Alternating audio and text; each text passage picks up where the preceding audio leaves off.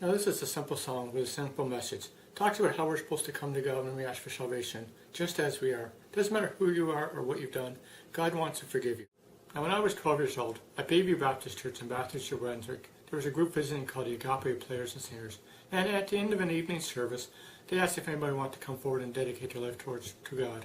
And I did.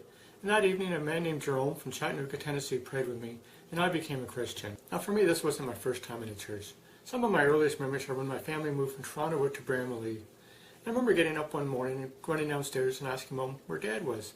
And she said he'd gone to church.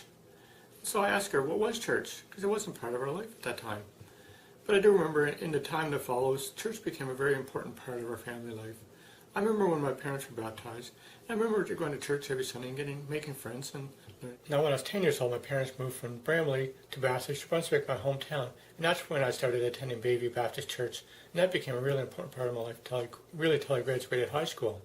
Now it's been quite a while since I became a Christian. And over those years, there's times I put God first in my life.